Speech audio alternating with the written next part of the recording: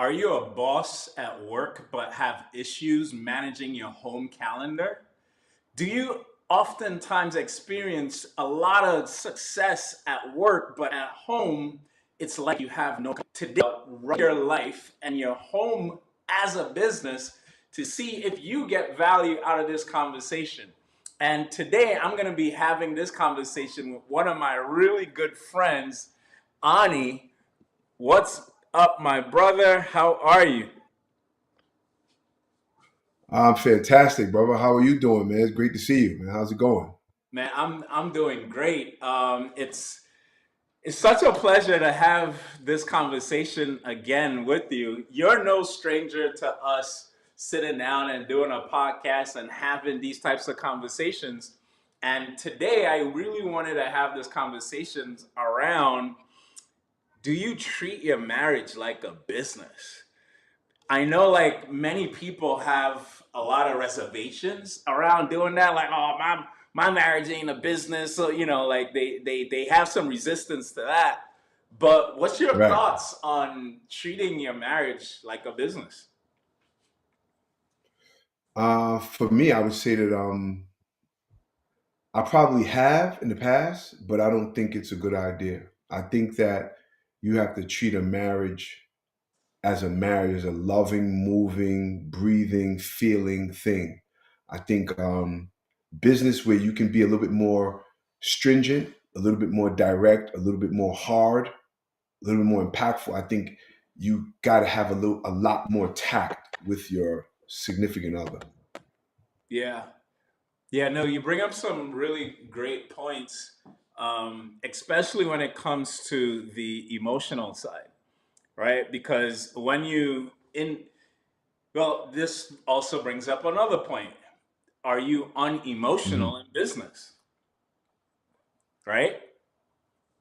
Absolutely, absolutely. I think I'm transactional in business, right? I think I'm transactional. What I found is that being transactional in business and being transactional in any relationship, especially a one with your spouse, totally different, right? I think being transactional in business may benefit you and may be part of, the culture. But I think when you try to bring transactional relationships into your marriage or into your relationship with your lady or your husband, I think then it becomes detached.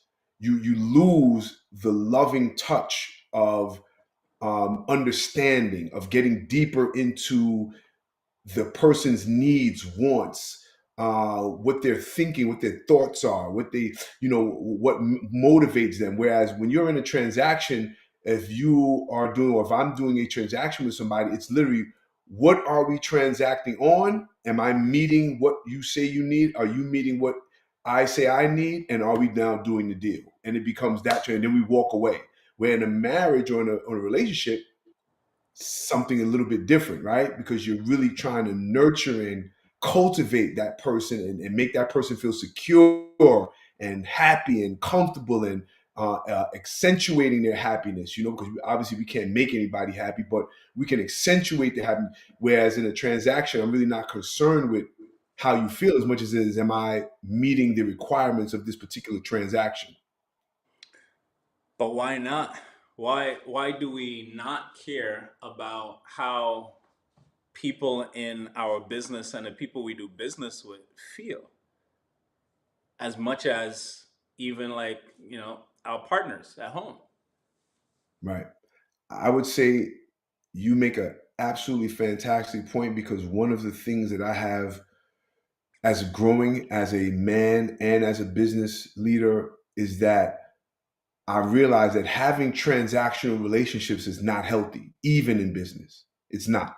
You need to understand the person that you're doing business with. You need to have a honest relationship with the person that you're dealing with.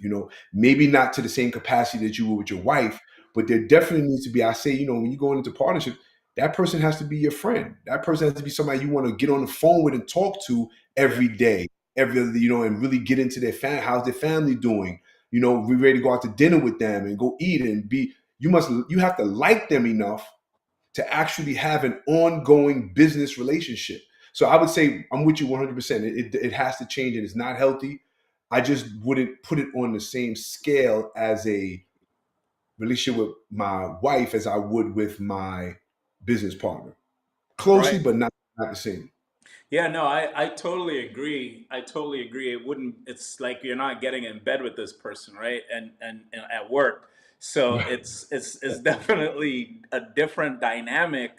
But I honestly do think that if it is, we view or treat our marriage like a business, we would have Hmm. better marriages. What do I mean by that?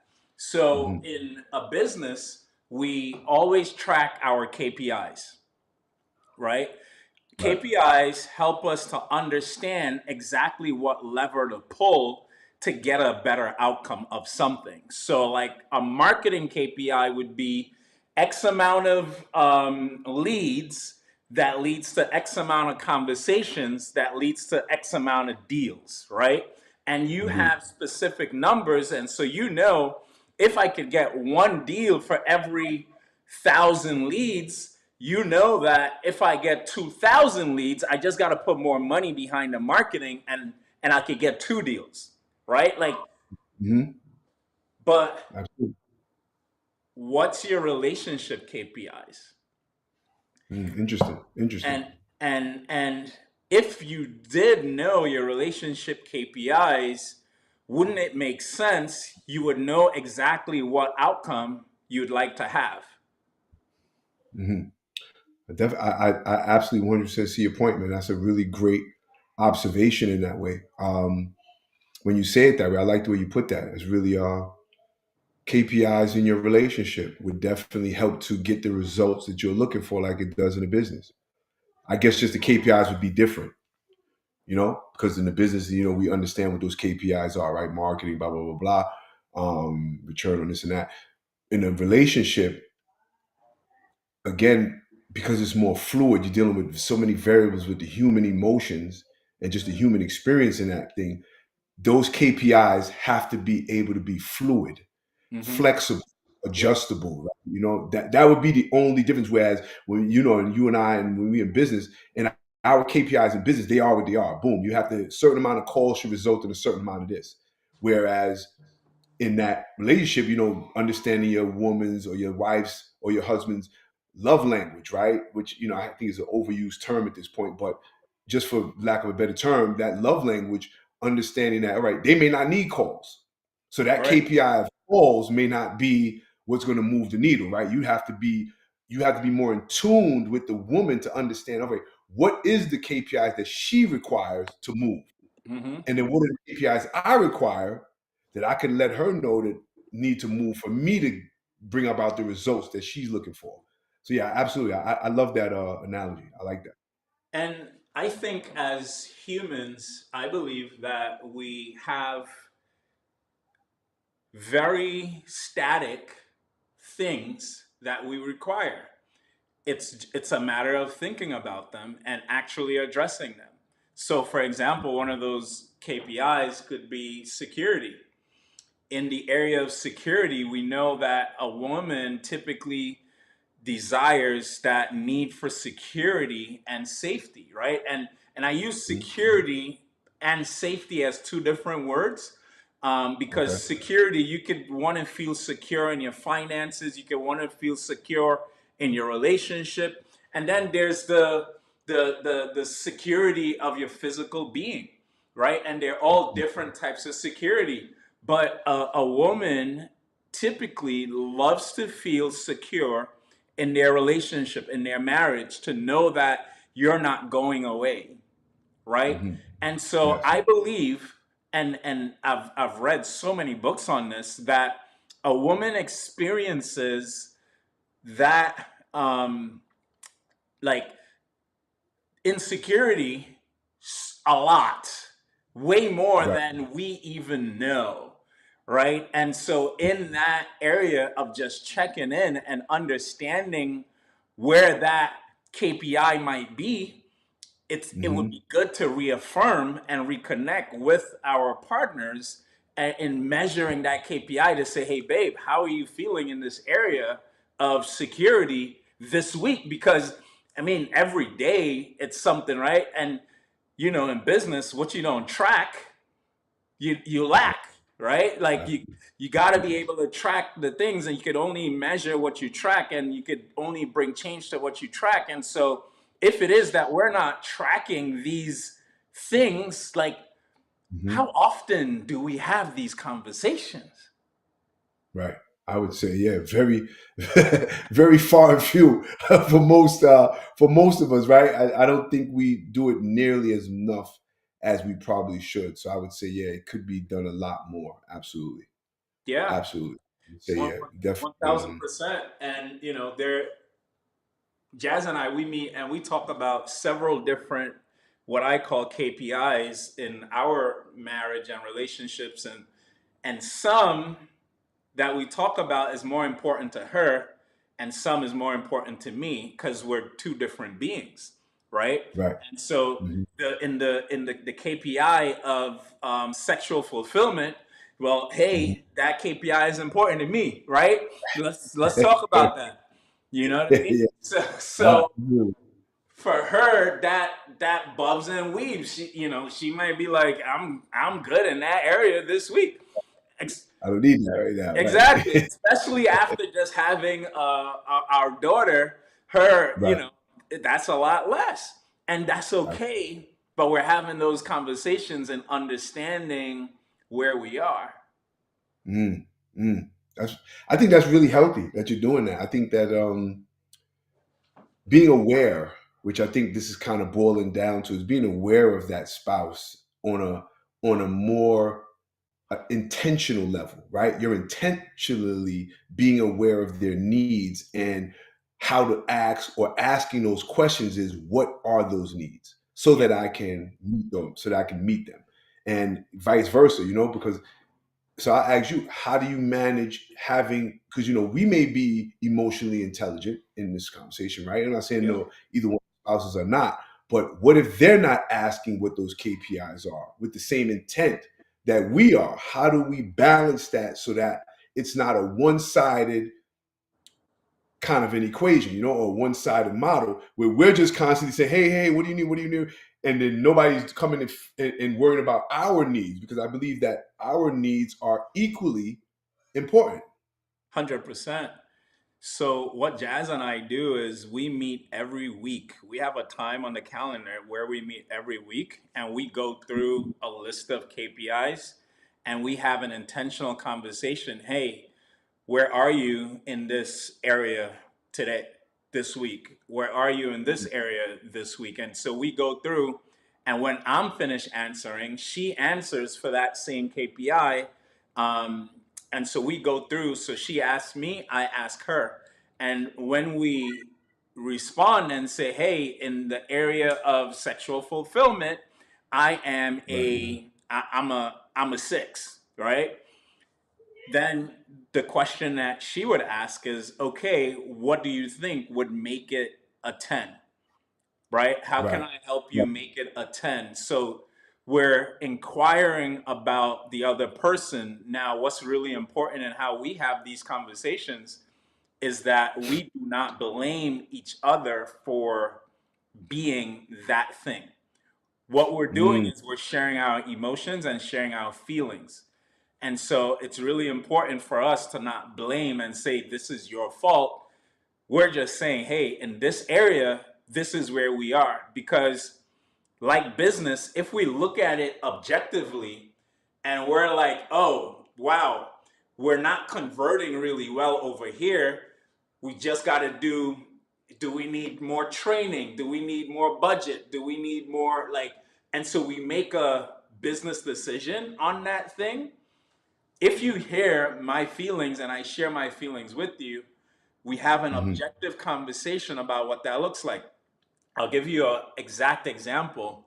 A couple of weeks ago, so again, we just had a baby. So that Mhm. area of time, it's 3 months of time when we're not allowed to have sex, right? Right.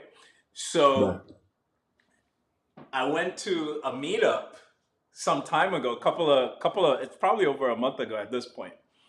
And at the meetup, you know, seeing people that I know, shaking Right. hands, and somebody Uh-huh. said to me, somebody said, "Yo, Cass, bro, you looking real good. I thought when the baby came, you would have probably lost it, but you looking Mhm. real good."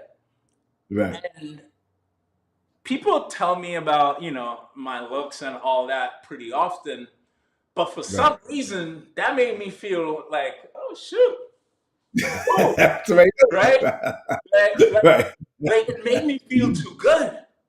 So Uh-huh. I had to check myself and be like, yo, what's that? Right? I had to be honest Mhm. with myself and be like, yo, what's that? And then I was like, my sexual fulfillment KPI is low. And Mm. because it's low, a compliment from somebody else made me feel real good. So Yeah, got you. I what did I do? I took the information, and when we had our meeting, I shared exactly what happened with my wife. I'm like, "Hey babe, honestly, like I thought I was good, but Right. this happened, and I like we got to do something to fix this." I would love to know how that went. That's an interesting. That's real interesting. How did that conversation go? I really love to know. How did No, she respond to you being that honest about something like that? it went great. We came up with a solution. We set a Okay. date on the calendar where we were gonna figure out in that time. So now we have a time, a date, when it's going down, Right. Okay. Okay.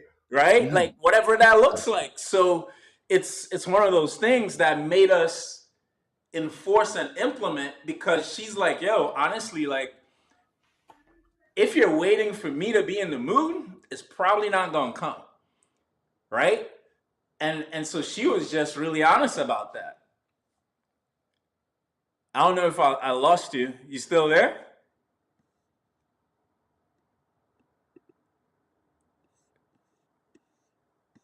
Man, I see the chat blowing up. I just looked in the chat while I'm waiting for Ani to get back. Eva, what's going on, Eva? I don't know what she was laughing at. Andre said marriage KPIs. I wonder how the baby feels about your schedule. You know what? I have no idea how the baby feels, but it's the schedule or things like the schedule that got the baby here in the first place, right? Like, so daddy got to continue to get what daddy needs to be able to move on. Ani, when you're back, let me know, bro. I'll bring you back up. But guys, these are some of the things that we had to put in place just to be able to make things work. And I know this type of conversation is oftentimes very hard for people to have with their significant other.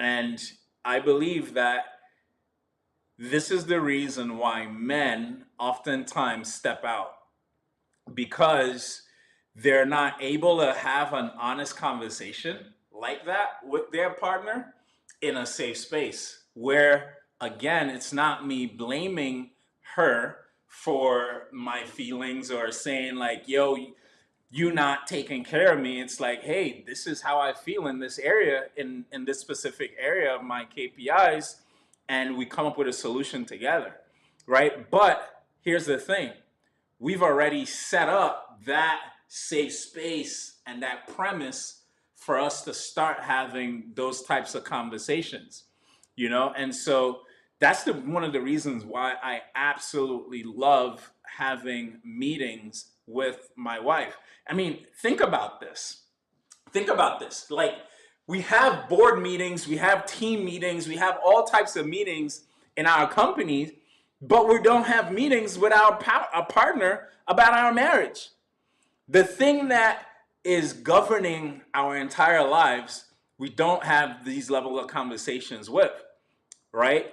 And so just like a business, when you are able to have these conversations, you can make tweaks about the thing before the business dies, right? And so Andre said, What I've heard, most women don't get in a pretty well. I think it depends. Andre, I really think it depends, and that makes me kind of think about different concepts when it comes to the reason why women are not often in the mood. It's typically because of some offense that has been made, right? Like when a woman has an offense made, it's hard to turn them on because there's something subconsciously where, let's say you guys are not on the same page about business, you guys are not on the same page about the kids or something like that. When that's running in the subconscious, then it's very hard for them to go from not having those thoughts to now being turned on by you and being attracted to you. And so it's really hard for them. And so I believe that many times there's something that shifts that makes a woman not be turned on in that kind of way, especially sexually, to be able to continue on in a sexual relationship or just having intimacy with with their partner. And so Justin said, baby's gonna have to get with that schedule. Hey, the baby, listen, the baby's already on a sleep schedule, right? So that's one of the advantages. We kind of know and we could predict the baby to some degree. The baby is 4 months now. So there's a level of predictability that allows us to be able to kind of schedule things around her. And then the bonuses are the bonuses, right? And so if the time kind of shifts a little bit to the left or a little bit to the right, at least we know what the target is and what our goals will be. And so, guys, that's it for today. I mean, I wanted to jump on and have this conversation. And I mean, the conversation seemed like it was just really getting started with some of the questions that Ani was asking. But I still think that we got amazing value from today's conversation. And that's one of the reasons why I like, oh, here goes Ani. Ani's coming back. So let's bring Ani back up. I apologize, man. I'm not really sure what happened to my internet. It seemed like it just went down out of nowhere. Nah, no worries, no worries. I was just filling in everyone on just finishing the conversation around that schedule and how that conversation went. I don't know if you had heard me in what I said with how the conversation went. Yes, I was hearing you mentioning that again, you put it on the calendar. You guys talked about it, put it on the calendar, kind of set a time and date on when the magic was going to happen, huh? That's what it comes down to, bro. You know, and again, it's for a particular purpose, right? Hmm.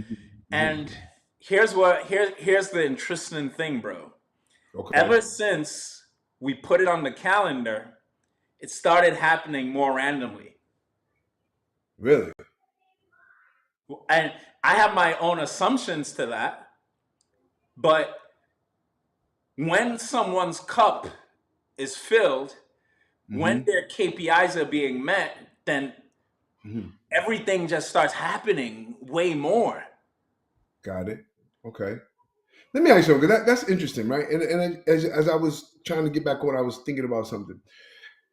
Is is is there a point where likening your relationship to business becomes cold?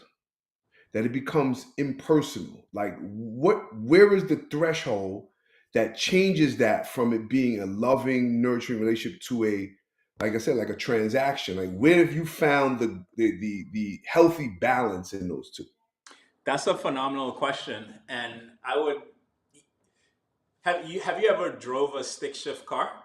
Yes.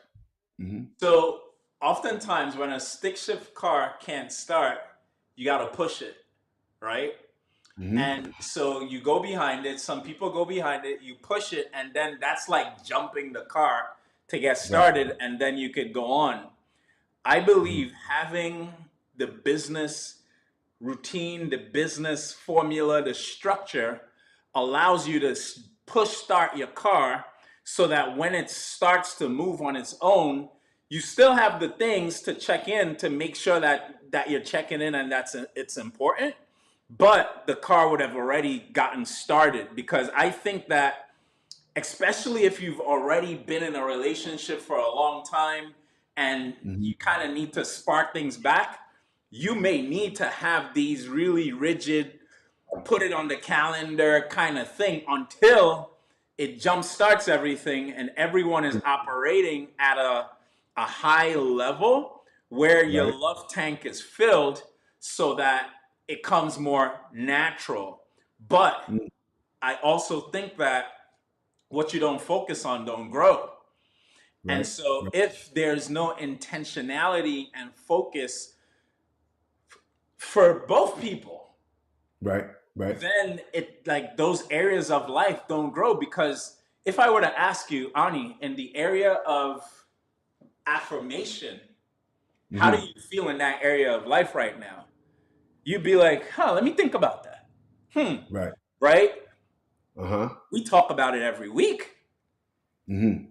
And Gotcha. so we're like, we have a challenge this week. We have a challenge that we were gonna kiss each other at least 6 times a day, Okay. I like that. right? Interesting. Like, Huh? these are some of the things that comes out of these conversations, right? Mm. Like, it's Hmm. like, okay, let's do this challenge. Let's do this. Like, Right. I want to get to having 4 hugs a day, right? Because they say for the average person to be happy or to get the amount of hugs you need at least like 4 to 6. And so she's like, let's start with kisses, right? And then we're gonna get there. But so we Right. make it fun and challenge, like Mhm. do challenges and stuff, because it's our culture to want to make our marriage better. Right. Right. And Let so I me think, so in that, because you said something very interesting, and I probably I mean to cut your wisdom.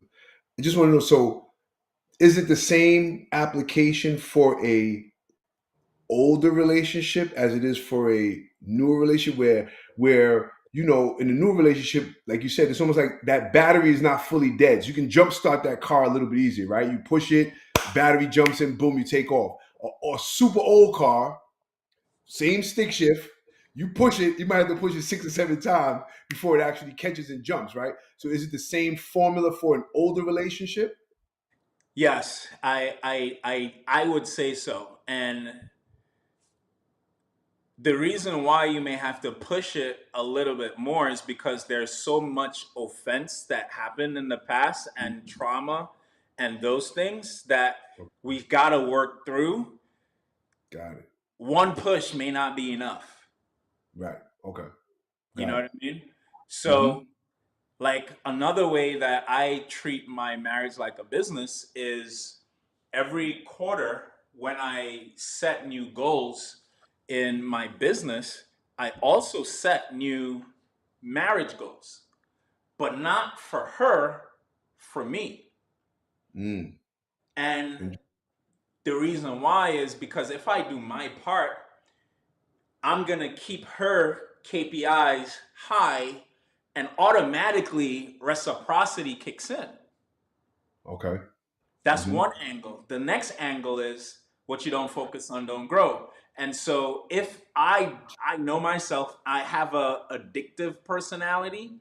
So if it is that I don't put attention on that thing and I'm only focusing on business, Okay. I'm going to forget my wife is here. I'm going to forget my kids are here. And so I need to put the same level of intentionality on them as well, so that they could feel my enthusiasm just like I have enthusiasm about my business. Mm. Okay.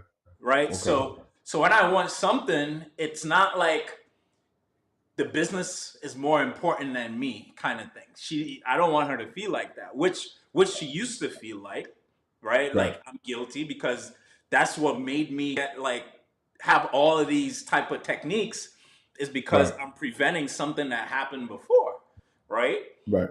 Mm-hmm. Mm-hmm. But being able to focus on and plan out, okay, 90 days, what am I going to do to be a better husband in these 90 days, and plan it out per month, plan it out per week. Just like this is how I plan my business goals. Right. Okay. So I take the same concept to be a better husband every quarter. Got it. Got it. Interesting concept. That's a really interesting concept because I've never really heard anybody put it and break it down in that way where they have equated their relationship to the business that they're in, right? I do believe that most of us entrepreneurs probably have spent more attention on our business than we have on our spouse, right? Especially because usually the time that it takes to build a business is so much shorter than the time you have in your relationship. Your relationship might be 20 years or whatever, 10 years or 8 years, where that business is, it has to be nurtured in that year that you're building it. And every bit of your attention goes to that business. And maybe for the first 3 years, right? For most businesses, you're just constantly working day in, day out on that business. I don't. So when you're saying that, it's kind of really like an eye opener of the when you kind of equate the amount of attention you spend on the thing that's going to nurture you for the rest of your life versus the that you're looking for material security, right? As opposed to you're actually the security you're looking for is for the woman, right? She's the one that wants the security, but you're spending more time on the security than the theory because you know you're spending so much time on that business.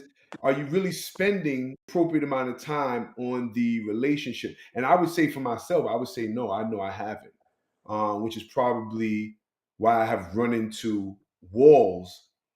And like you mentioned about having past traumas that having to get over, it's I'm always fighting an uphill battle because of the damage or because of the lack of attention being paid to the relationship early on Mm-hmm. because I was so busy going after the thing that us men are kind of taught, which is our value is connected to our success and our business acumen and our go-getter spirit.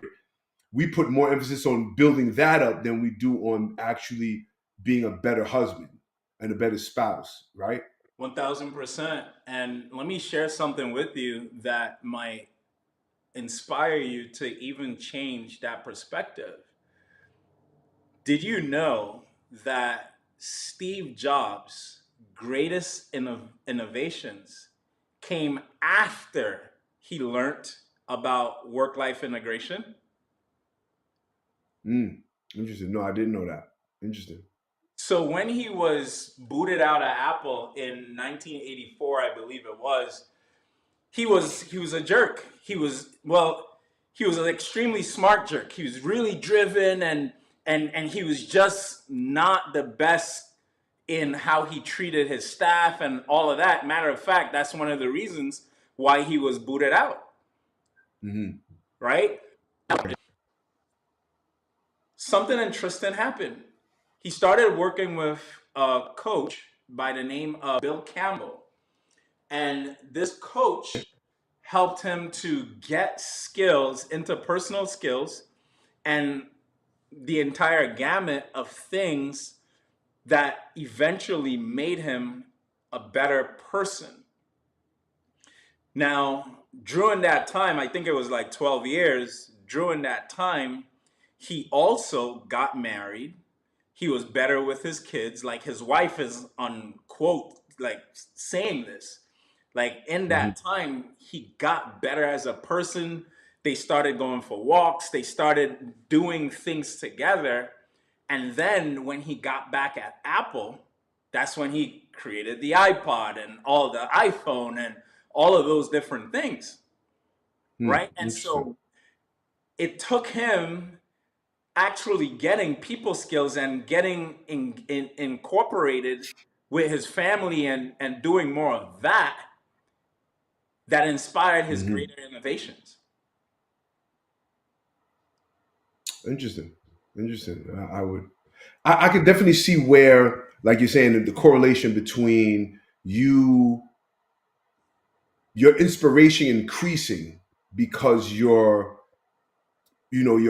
openness with your spouse is creating something, is creating inspiration. You're inspired by the love and the communication and the exchange of ideas that happens when you spend more time with your spouse. I could definitely see the correlation in him maybe coming up with new ideas based on seeing his children play, seeing his wife do something, and it inspires him or quickens his mind to start thinking of some other things. So I could definitely see where that correlation would be at.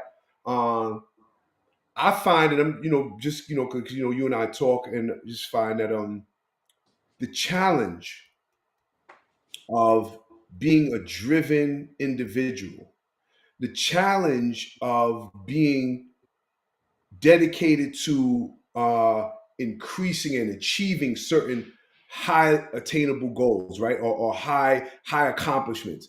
Hmm. That challenge, and at the same time, what it takes out of us, personally, if we only have 100% of a thing, and we're dedicating, X, Y, and Z amount of that potential energy towards building the business, how do you avoid the suffering of something in your life, whether it's your children, your wife, your dog, whatever it is? Something has to suffer if the attention you put on the one thing happens. And for what I've seen, and we dig into it, to achieve greatness, there's a level of sacrifice that has to happen with not only yourself, but with the person that you're with. Has to be willing to endure a level of sacrifice in order to help you attain your goals. And this is just, again, based on what I've seen and me being in it, right? I'm Hmm. just wondering, like, what equation would we use in that instance to say, all right, well, then how do we balance the wife, the kids, sports, kids' activities, all of these other things, and this business that, if I really want to scale to this, is going to require I'm talking about a laser like focus on its growth, right? And this is the challenge that I've had. So I'm asking this actually as a person that has gone through this. My focus is on the business. I'm trying to grow the business, but I'm saying in my mind, I'm doing it because I want to provide for my family. I want them to have a great life. So y'all are going to have to take, for lack of a better term, a back seat to me focusing all of my intention and energy on building something that is more fragile than a brand new baby, almost. Because the brand new baby is going to grow. If you did nothing other than feed it, the baby's going to grow, right? If you did nothing. But that business, the minute you don't feed it, that business is dead. It is non-existent. So it requires a certain level. So what balance have you seen, or have you even gone through that where you were challenged to find the balance between building what I know you've built a very successful business, between building that business and making sure that your spouse got the level of attention that she required? So I'll answer that question by giving an analogy or an example. Um, you do you know the Burj Khalifa in Dubai? Yes. That building is 2,717 feet tall, the tallest building in the world. hmm But the interesting thing about that building is that it needed to go through a process, right? hmm The Yes. process that it needed to go through first was they needed to get the plan on paper, hmm right? So before they could actually build that building, they had to get the plan on paper. They needed to get the drawings, all of those things done first before, to step two, they even went and got it approved to go to hmm municipalities to get it approved, Right. right? Then after, when they got it approved and they're like, okay, you guys could go start building, one of the first things they had to do after that was to go down 461 feet down. hmm hmm 461 feet, that's the size of a 15-foot building, a Right. 15-story building, sorry, Okay. right? Hmm. The reason why is because the height that they wanted to go requires that level of depth because they can't go up that high if they don't go down that low. Hmm. Hmm. And so essentially, you're wanting to build a skyscraper without building your foundation and going deep. Hmm. Hmm. And one of the things that you got to realize in this entire analogy is that it's super plain, Hmm. right?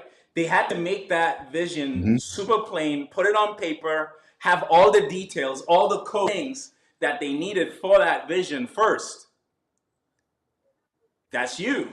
Right. You want to build a skyscraper, you have to have that vision plain, broken down to the details.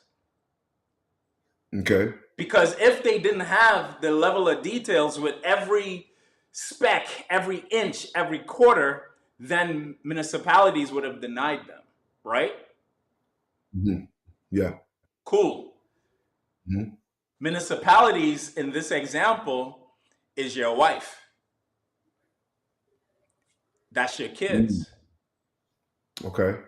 Okay. Because when you take the drawings, because now you come with the drawings, and here's how you position this building, this skyscraper, because this is what they did. They went to municipalities and they said, hey, we want to build this building that's going to help our economy. It's going to help us to not lean all the way on oil, but we'll now be able to increase tourism. And Hmm. so we'd have Hmm. a lot more revenue coming in, and the world would be looking at us with the greatest building that there is. Right. Okay. What did they just do? They just aligned their purpose for building the building with Hmm. municipality. Hmm. Hmm. Have you done the drawings and aligned it with your wife's municipalities to say, hey, I want to build this skyscraper, and here's how it would work for you too, Right. because here's how you're going to benefit from this skyscraper. And the first thing I'm going to do, not in building up, is going down with you. Mm. Let's lock Okay. in. Let's make sure that we're good. Let's pivot here in the ground 461 feet down before we start going up. Hmm. I like that. I'm gonna throw you a curveball if you don't mind. Do But it. I was writing them down as you was talking because it came to my brain. Because this is, and again, most of what I'm talking to you about is my Yeah, experience. yeah, yeah. So my dream preceded the wife, preceded the relationship. So the blueprint for my Burj Khalifa Yep. was actually already approved by me because there was no one else to approve it prior to. Right, I didn't Sure. have to. I didn't Sure. have to check the municipality. So the building of it already started as that spouse came on board. Mm-hmm. So now the check-in doesn't happen. The building is happening. So now, using that same analogy, we're billions of dollars in. We've already built something. We've already started. We got workers that are already working on building this building up. Can I stop it and just say, everybody off the job? Yeah, close down the site. I got to go check with the municipality now, right? Or do I say, you listen, there's new municipality that comes up. Hey, you're a new municipality to this dream, to this design, to this thing that I've been building my entire life. I need you to just get on board because this is an already moving project. Yeah. So I'm gonna just No, that's add that little beautiful. That's right. beautiful. Okay. So we're both in real estate. Matter of fact, you've dabbled way more in development than I have. Mm-hmm. So if it is that there was a change in government, and Mm-hmm. the new government came in and said, yo, you got to shut that down, what would you do? You're already like all the way in the air, what would you do? There would be this skewed part. If they don't say shut it down and they just come on board, because here's what I find is that they'll come on board because they see the vision, but they don't know what it requires to get the vision. So they see it and they want to be a part of it. They're like, "Shit, I want to go to the Burj Khalifa. I want to build a 2,700 story fleet, right?" So they don't stop. They don't request a stop order. What they do is they say, "I'm on board," but then as time ticks on and they see the amount of work that it goes into actually build that building, they're like, "Wait a minute," but like, "Nah, I can't wait now. I'm on the 200th floor. Yeah.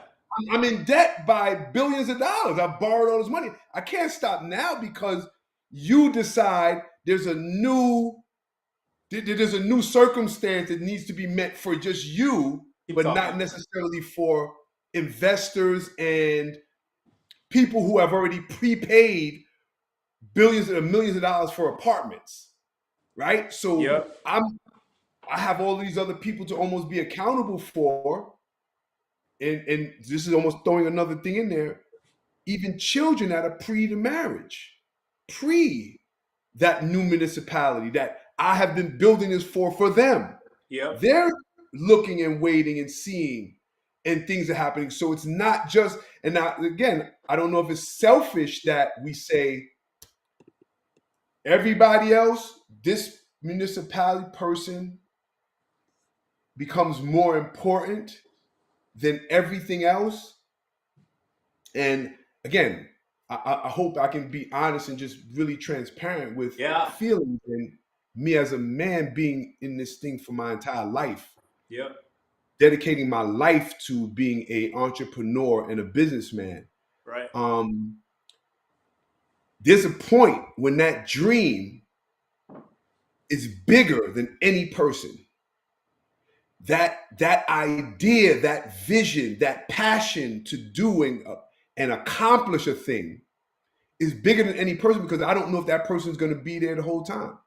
And I would be super resentful and have a lot of regret and resentment if I stopped what I was doing to satisfy another person. I don't know if that's selfish. I don't know what that is. I don't know if that's inconsiderate or whatever. But I know in the process, I have felt like this ride that I'm taking to the moon happening.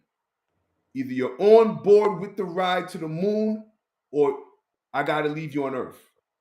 And hopefully, if you do ride to the moon, you know there's going to be complications, and I have to worry about the control board, and I have to do all of these things to ensure that we make it to the moon safely. And hopefully, you can adjust your needs or whatever that is to allow me to make it there. Because as a man with a vision, we create the world. People with vision create everything that we see. And if I think that if sometime, and again, this is, and please, stop me if I'm sounding selfish, because I don't want to be selfish at all. But sometimes that vision has to be greater than any one individual. The person who created the government or a government situation, they have to say nothing is greater than creating America and this government. My wife, my this, my that, the government, the structure needed to run this country, to run the business, to run or bring this thing to fruition. How much, how important is it that it may supersede the relationship? And again, please, I don't want to No, sound selfish, even if I I'm self totally. trying to. Hold on one second. My municipalities is calling. Hold 1 second. Hey, babe. I'm doing a live recording. All right, bye. Yeah. I always share. It doesn't matter what I'm doing. If my son or my wife calls, I'm picking up. Right? Don't matter. I Good. could be speaking anywhere. Right? So here's what I have to say, and I hear you loud and clear. And I'll Mhm. never stop someone who is expressing how they feel, because how you feel is valid based on where you are. And so I always respect and love to hear people's heart, because there are other people out there that would feel exactly like you, right? Um, Mm. Another thing that I will say is that, and this one might be, so there's a lot of levels. You said a lot of things on a lot of levels. One of the levels that I'm going to start with is my frame. My Mhm. frame Mhm. for how I approach marriage and business is, while my purpose, God is first, my purpose is somewhere right between there and my wife, Okay. right? Because I believe Okay. that I was created to fulfill God's purpose on this earth. God's Okay. purpose for my life on this earth. Absolutely. When we get married, I do believe that she becomes very close to, almost as important as your purpose, because she becomes your purpose as well, Mm. right? Mhm. So the reason why every single day, and the reason why I give my marriage so much focus, is because I believe that it's my duty as a leader to be able to win over and influence her to build what I already have, or what I've already been building, Mhm. Mhm. right? When Mhm. I met my wife, I had a Amazon business. I can't say that I had discovered my purpose fully yet. I knew I was called for something huge, right? Right. And I shut it down because I knew, if I were able to get us both on board, that what we would build together would be better than what I could build alone. Okay. And so I was willing for 2.5 years shut down business, shut down any type of anything on the outside, stop social media for 2.5 years to work on us, right? Okay. Locked away, like her and I. That Mhm. was it. That's when we started with a bunch of coaches and like all that type of stuff, right? Because that was important to me. Mhm. But it's Mhm. also my duty as a leader to help bring her up and bring us together. She wasn't the problem. I was also the problem, Mhm. right? I needed to work out what was going on in me that allowed me to not have influence on her in my home. Mhm. When I started to work on me having more influence in my home so that we could be more on the same page, then we started doing more things together. Then we presumed that's when we got into real estate, Okay. right? Because we worked for that 2.5 years to figure out how this whole working together thing was going to look like, what our vision was going to be, what we were going to work on together, what was the vision for our marriage, and then it was off to the races. Mhm. Mhm. So for me, I rather work slower to work faster. Okay. Now, Mhm. I would say that right now you're facing more of a leadership problem than Mhm. anything else, Mhm. right? And it's a part of leadership to have this. And if we go back to the Burj Khalifa example, like I said, they had a written document, plans, drawing that they went to municipalities with. Right. Here is my written vision of my wife and I's story and life as to what we're going to accomplish. Written, Mhm. Okay. hung up. Always bring it back to our meetings that we can have written down. Hey, babe, Mhm. like Jazz and I have, like, I could read this all the way out, Mhm. Mhm. right? And we have both checked off and said, yeah, babe, that's it. Mhm. Okay. So when it looks like, not even when it looks like, when my wife just had a baby and a week after I'm in Dallas, Texas speaking, where Right. that happen at? Hmm. That don't happen nowhere. The reason why it's happening in my relationship, where my wife is like, no, babe, it's okay. Go ahead. I'll have my aunt come.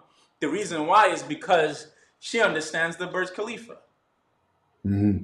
right? And Hmm. so now we make decisions, right? When people see me and they're like, bro, you getting sleep? I'm like, I sleep great. The reason why is because my wife is like, dude, go to sleep. You're going to be the one waking up and going to work, right? Hmm. You go sleep. Why? Because we understand the Burj Khalifa. Right. And so, how have we dug our foundation has been all of those years, but not only that, we meet consistently to talk and re-talk. Hey, babe, do we need to update this? Because this is what it's going to require. And now that we have the baby, like me being out, is this something that we're still okay with? Right? Right. Oh, Right. nah, babe. You know what? Let me think about that and we'll talk about it more in the next meeting. Right? I'm constantly bringing this back up and saying, hey, has feelings changed? Has things changed? Because there's more than one way to build our Burj Khalifa, and it doesn't all require me to be on the outside. So I'm always looking for how do we continuously build this building? And so because I'm so intentional in having those conversations, and bro, let me tell you, it's not that she's always in agreement. Right. She's not. It's not that she's always willing to put in as much work as I am, like, because she's Hmm. not. Right. Right. But it's my duty, my responsibility to fit her in where she would thrive and be good, and to Hmm. build a system around knowing her strengths and what she would thrive in. Hmm. Everything else I need to hire out and build around that so that she can live the life that she wants to live, and that also contributes to our building of the Burj Khalifa. Mm. Okay. So I believe Okay. all of that is. Hmm. No, I get it. And one good thing that I say that you said, one part of it that I was saying was, I can understand, I can see that, is that you wrote your Burj Khalifa together. And I'm just wondering, you have handled it, and that's why I was asking, how would you have handled it if you wrote your Burj Khalifa by yourself before? And the beauty of part of what you've gone through is that you guys had the opportunity, like you said, let's just say hypothetically, the Amazon business wasn't really your dream. It wasn't really your purpose. It was just something you were doing because you felt you could make some money with it. So you could kind of put that on hold. But if you had, which is now, as your friend, I know that one of your things is to be a service to humanity, right, and to impact humanity, right, and help people. So had you been on that purpose back then, and you were already doing things towards that, Mhm. building a coaching, boom, whatever it was, right? You were already doing that, and then that aspect came in. That's where the challenge is different, right? You see the difference No, in what I'm saying, like. I hear you, but it's still a very easy answer for me. Like, because Mhm. I say it all the time. I rather shut down my business now for us to be on the same page. And because, bro, time is a made up construct, right? Mhm. And Mhm. so I Mhm. believe once we're on the same page, my people would hear my voice and God would honor what I'm doing for us to live in unity at home, to then be able to go out and do all types of things. Because peep this, right? Peep this. I love that. Yeah. When I was doing Amazon, I was making $30,000 a month. Never made that kind of money in my life. All of my friends told me I was stupid. They're like, bro, you Mhm. stupid for like Mhm. And to put everything into context, my Mm-hmm. wife and I got married after 6 months. So I was Mm-hmm. basically putting down this business for a stranger. Mm. Mm. This is for full context. Right, right, But right. it was a stranger within the confinement of what God had already created, the construct of what Mm. God had created. We were married. Mm-hmm. And so I was willing to honor what God had put us in to say, you know what? I'm going to live as godly man, a man of God. That's how I'm going to live. I'm going to live to his principles. Mm. Right, So when I right. did that and I gave up everything, because prior to that, I had realized that she started saying some of the same things my ex-wife or even my ex-girlfriend who had Mm-hmm. given me back my ring was saying, which was me being driven and not realizing and having the emotional intelligence to understand that I wasn't being there for her. Mm. So I was going to go Right. down the same path that would have led to divorce again. I was like, whoa, hold on. I'm No not way, right. Right. right? Okay. So for Mm-hmm. me, sticking a pin in it was worth more. But peep this. Like I said, I was making 30K a month, Mm-hmm. stopped, had my 9 to 5 job. Right. When we started when we started real estate from Mm-hmm. mid 2020 to end of 2020, we went from Mm-hmm. we made 1.5 times my 6 figure salary, right? Right. Right. In in 2021, we went from Mm-hmm. 1 to 21 doors. Right. Right. In Mm-hmm. 2022, we made our first million in business. Mm-hmm. Mm-hmm. In 2023, we got a 10 million real estate portfolio. Right. So, Mm-hmm. and now we're just continuing on, right? Right. Right. So was it worth it to hold on to that Amazon business? And of course it would have done more, but did I not 10x the investment on capability and potential of gaining things by slowing down 2.5 years? Oh my God, people would go crazy if they stopped Right. anything for 2.5 years. And was Right. God not, didn't show us favor in saying, my son, in who I'm well pleased, here you go. Which is one of the reasons why I believe people were so like shocked, like, bro, how are you doing this so fast? And I kept telling people, I'm like, this ain't me, this is God. I'm just being Mm. obedient to him, and now he's just opening doors and making it look like magic. Right. Right. Right. I can see that. I can see that. I believe there's a correlation between. I guess it goes back to what we were saying a few minutes a while ago. Correlation between sacrifice and results. Right. You made the sacrifice, and you made not just a sacrifice, but you made the sacrifice. You know, you made a sacrifice of monumental proportions, so to speak. Right. You stopped something that was, I'm sure, at that time, like you said, $30,000 a month was a dream come true, right? You stopped that, made the sacrifice, and was rewarded in relation to the sacrifice made. Because had you made a baby sacrifice, maybe the reward would have been a baby reward, right? So you made the bigger sacrifice and got the reward. So I can definitely understand where, you know, that correlation could be at. I could definitely see where that correlation could be at. You know, and I've at this point in time in my life, you know, like I said, most of what I'm talking about is like time lapses in my history. You know, at this point, I'm aware of the importance of honoring my wife, making sure that, you know, I spend the time, the energy. And I'm not going to say at any given time that it's perfect, right? Or I'm always as disciplined as you've shown yourself to be with writing things down and having that meeting, that weekly meeting. But awareness is huge, right? When you're aware that there's a problem is, I think, like a really huge step in correcting the problem. No awareness, no correction. So I think that in understanding and being aware of where I was lacking at, it did allow me to say, okay, let me pull back and give more time to these things here.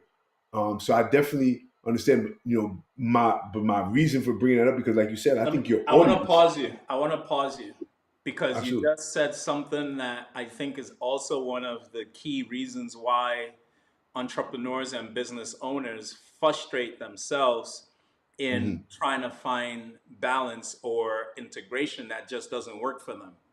You Hmm. said, I've pulled myself back to give it time.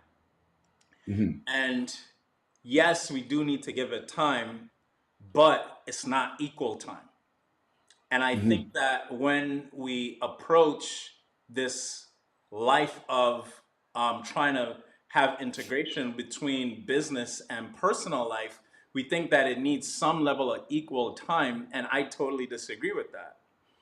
I'm with This you. is the reason why I believe when you have your KPIs for your relationship, you Mm-hmm. only focus on the things that matter. Hmm. So you become so targeted that when you spend time together, she's filled. Hmm. Because what I what I see most times is like, yo, we go on date night and she's still not happy.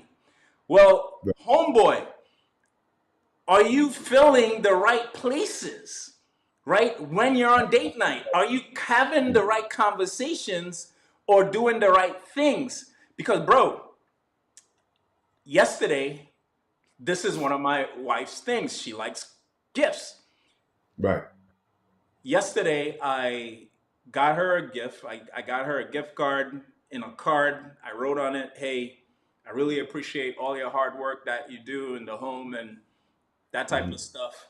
And I left it on her toilet so that when she wakes up, it's on the toilet, she sees it, and, oh my God, right? Random. But Hmm. I understand that takes her to 100. Okay. Right. Why would I? So I don't have to do all of this spending time every night and all of that. Bro, I know what levers to pull. Right. Hmm. So it may take me 2 hours a week to get her to 100. Got it. I Got it. don't need to spend 8 hours with her.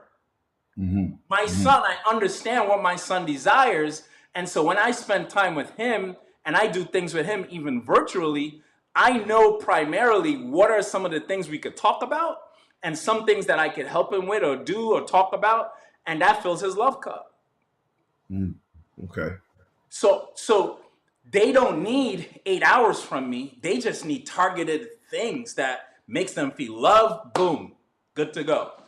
So when you say you took, when you said, I wanted to stop you, when you said, hey, I took the time back to spend time in my relationship, but what does that look like? Is it targeted time where it's actually being counted for something Hmm. versus just time where both of y'all are just out, you're on your phone, she's on her phone, and ain't nothing happening, right? Like we're just there, we're spending time together. And now this is a sacrifice for you, but it's not really registering for her. And then when a Hmm. conversation comes up, she's mad and be like, we don't even spend time together. And you're like, what the hell are you talking about? We spend Right. blah, blah, blah, blah, blah. Right. Right? Right. Right. Right. Yeah. Those things Absolutely. happen because it doesn't register as Hmm. filling that specific KPI. Right. And Right. if you asked her right now, she probably don't even know what those KPIs are. Right. You've hit it on the head. Giving her back the time. Do exactly what you said. Coming back and saying, I'm gonna take the time away from the business and spend it with her.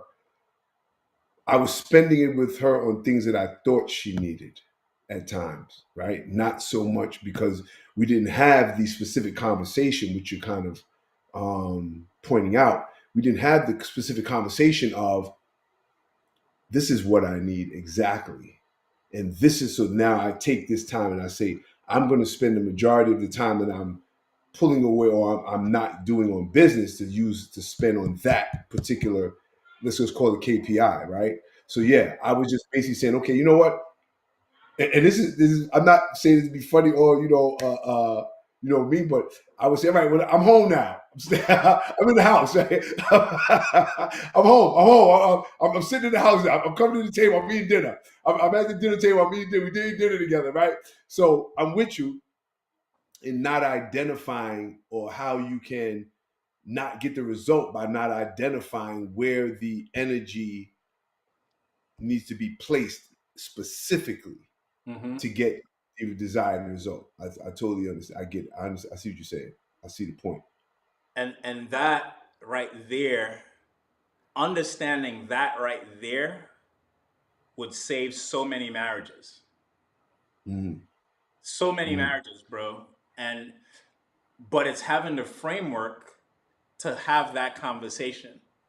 Because if you just go and you just try to have that conversation, you're kind of shooting everywhere for something that's just like, well, where the hell do you start, right? Like, and Right. so it's having that framework to have that conversation and be very targeted so that you guys have very specific and targeted questions where when you start having those conversations, bro, I'm telling you,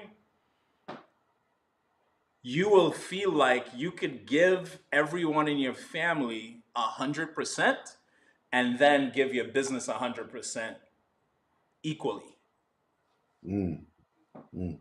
because because bro, if it really only takes you the effort of remembering to do this or remembering to do that or just Mm. doing these really targeted things, where another thing my wife loves, she loves to wake up to long text messages. She's weird, right? Mm. Right. Like she likes to wake up to long text messages, and one of the ways that I discovered that was because she would say, but you text all these other people like these long journals, and I don't get a journal, right? Right. And I'm like, what Okay. are you talking about? Like, that's a client. I was responding. She's like, treat me like a client then, right? Like, Right. Right. Let me ask you this: because are you going and this is beautiful? How do you do it with your son? Because your son, your wife may have a clearer vision of what she needs, right? She may be sure. able to understand and break down those KPIs. How do you do that with your son to have him understand what's his KPI so that you can meet that need? I mean, I have been paying attention intentionally to my son ever since he was born, right? And so, Mm-hmm. like, his love language, his things that he desires, he got to spend time with you. Like, spending intentional time. So that's one of the reasons why if he were to walk in here right now, I'll talk to him like this wasn't going on, Right. Right. right? Any like he could disturb me any point in time because I know how he loves to feel important. Mm, And mm, so mm, mm. I treat him as if he's the most important thing to me with respects to my wife and all of that, right? And so Right. even with having a new baby in the picture, I exaggerate how much he's still important to me so that he could feel that. Got it. Got it. So Mm, when we spend time together, when we do those things together, he feels loved. And right. oftentimes when we have that intentional time, after like 20 minutes, he'd be like, okay, dad, I'm about to go play Fortnite. Bye. Right. And he Right. leaves. Right. Right. He's done. He's out. Right. Like when I call him and we talk about specific things that he enjoys talking about, or even if I ask him about Fortnite, like Right. like how he's upping his skills and how he's cooking, right? That's his latest thing. He's like, Dad, That's I the was latest one. cooking today. And Right. Right. Right. if Okay. I show my interest in how he Uh, was cooking and what his score was and all of, bro, he talks to me like I'm a friend in high school. mm, okay. Okay. That's it. And once he's done, and he makes it clear when he's done because he'd be like, all right, Dad, I'm gonna talk to you later. I'm done. Right. I gotta go. I gotta go. Right. Right? Right. But Okay. but when I do that, I'm then able to have daddy conversations and he's Mhm. receptive Right. because we have that foundation that goes 461 feet down. Got it. Got it. Got it. Okay. Okay. I can see the level of like you said, attention to detail that needs to be necessary throughout. Um, which I think is really great. Because as a being older and being brought up on the custom or the culture of children being seen and not heard, and a child never walking up in the middle of you doing something. Yeah. I was always told, you know, stay over there, don't talk. When you see me, two adults talking, don't you ever come in and disrupt me. That's how I was brought up. So I know that it was be no way for my mother or my father to really know what I needed because I was second. You know what I mean? I understand that I was felt second. I Mm-hmm. felt my voice and needs were less important than of those of adults who we may only see on Thanksgiving. I get put behind those adults that have no influence in our house, who don't come around, and we only see them on Thanksgiving or Christmas, but yet my voice gets drowned out by their laughter. Yeah. My concerns, my feelings get drawn up. So I can see where you taking on a new paradigm, which I applaud you for, a new paradigm of importance on that child's needs and nurturing, like you said, your son's innate desire to be number one, to be heard and to be needed, and to feel important. Mm-hmm. Which I think just quickly is what popped in. But I remember hurting myself as a kid, and you crying to your mother like yeah, and boy, that don't hurt me. Get out of here. I'm watching TV. You know what I'm saying? Like, get out of there. I'm watching TV right now. And the level of uh, uh, hurt that it made me feel to say, like, but I really am hurt. Yeah, I may be exaggerating a little bit. I'm about bleeding, but Right. shit, I really did hurt myself. Could you come check on this and let me know, that you even care enough to, and how did that drive me? So I definitely see where that attention, because I'm sure that it continued into teenage and probably even young adulthood, right?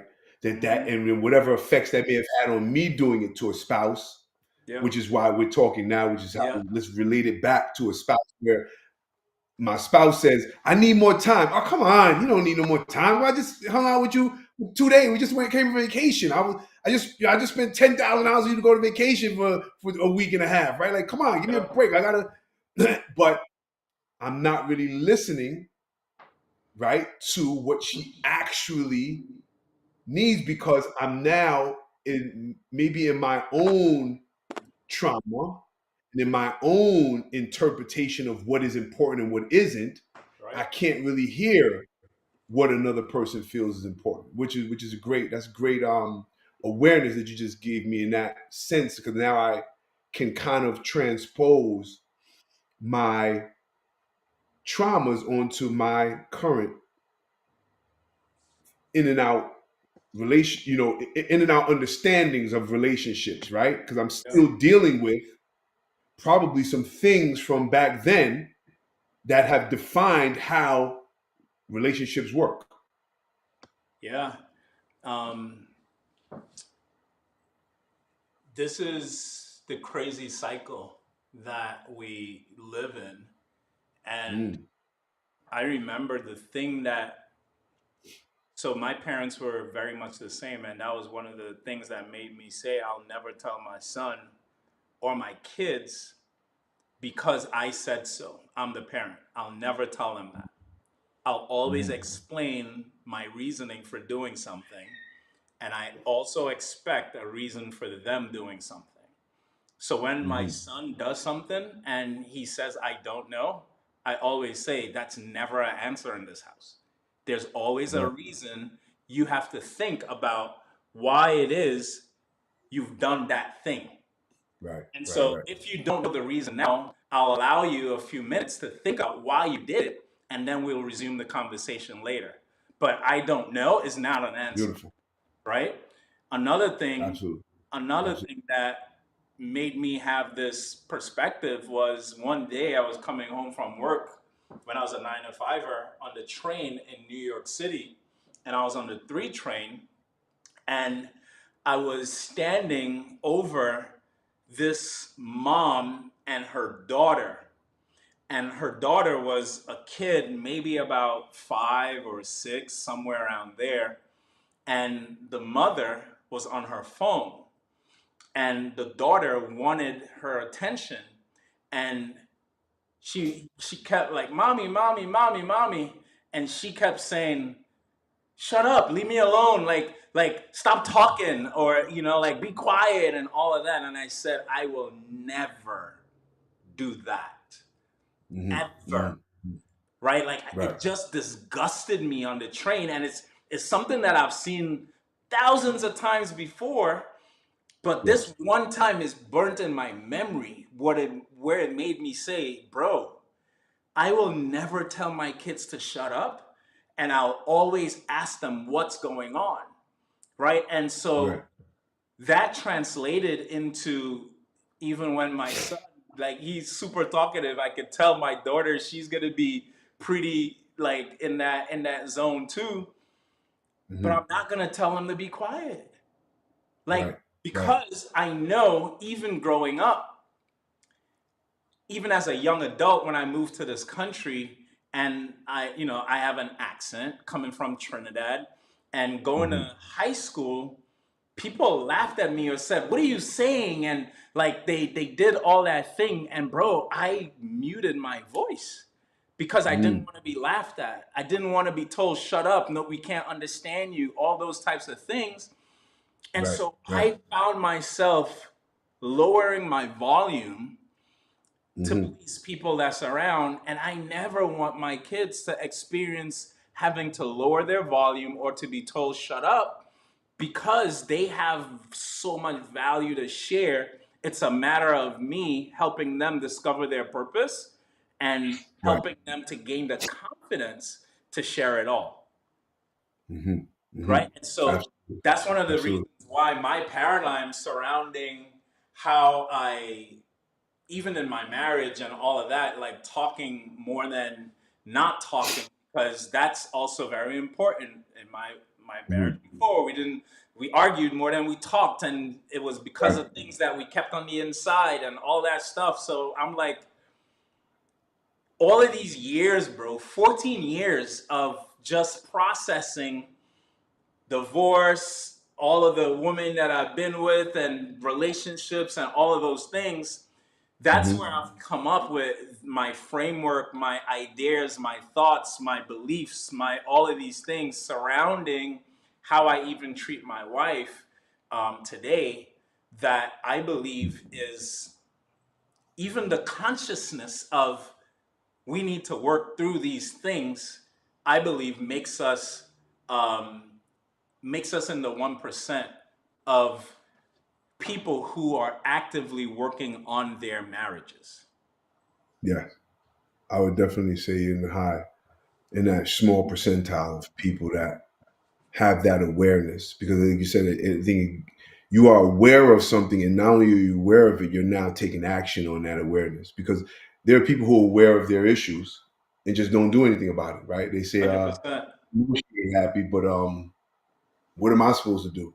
So you taking action put you, like you said, even it may be less than the 1%, right? By you taking appropriate action, um, which I think is beautiful, and a testament to the beauty of your relationship with your wife and your children, is because you are, and you're getting the results. I know we've spoken before about, getting your wife on board and on your vision to move forward and do certain things, and that comes from, like you said, a level of intention and awareness that you have exhibited within your relationship. I wonder how much of your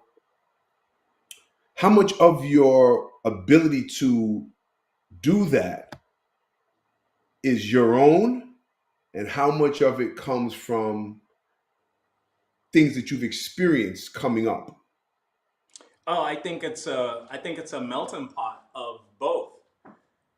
Yeah, Mm. I'll never give one all of the all of the credibility. I think it's a melting pot. I think it's both the things that I've experienced coming up, plus a lot of the just the new ideas, right? Like so, Mm. Mm. even with the idea of relationship KPI and all those things, it's just a frame, right? Like, and that would have never came had I not become an entrepreneur, right? Right. And Right. so the Right. frame and the people that I speak to is to be able to help entrepreneurs do better in their relationships and their marriages.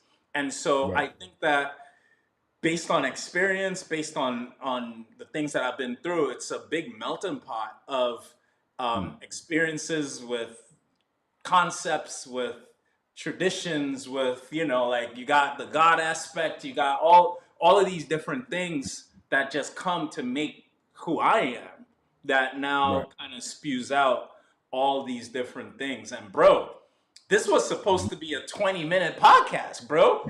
Like It's never a 20-minute talk with you and I. It's I should never, know better. I should you should totally know know better. better. But Absolutely. here's what I'm about to do. We about to wrap up. And I'm Hmm. about to call you on the phone because I got to drive down to change here in right now. But bro, thank you for this rich conversation, man. Because it's always, always, always. There's never a time when we get on and have a conversation and it's not a full, wholehearted, make you go back and think and come back conversation. And I'm sure the people that's on also appreciate you for being so vulnerable and open as you always are. So, any final words as we wrap up? Well, first, I want to thank you for inviting me on. I always love to talk and build with you, as I like to call it. I think we build off of each other's experiences, and I just love the fact that you have evolved into such a pillar in your house and in the community of business and people who are business and married, spousal wives who need some guidance, because I think that you exemplify, in using the words of one of our mutual mentors, was that um, you have a unmatched level of discipline in committing to something. And I never want to minimize what that means. And for anybody who's watching and who's watching or listens to you, should understand that the only reason why you're able to accomplish and get the results that you have is because of your level of true discipline, not just for your own gratification, but for others, because you're about others, right? It's not really about you. Like you said, you're doing God's work, and God's work is never about you. It's always about others. Yeah, So I commend you on doing that again. I always appreciate the conversation, brother. And like I said, anytime, it's always a pleasure to be on your platform and get to talk to your audience, man. amazing, bro. Thank you. This was just a heart-filled Absolutely. episode. This was just a heart-filled episode, and I just want to thank you guys for tuning in. And remember, as we say every single time you do one of these, success without fulfillment is the ultimate failure. Peace and love until next time. Catch you guys. Peace.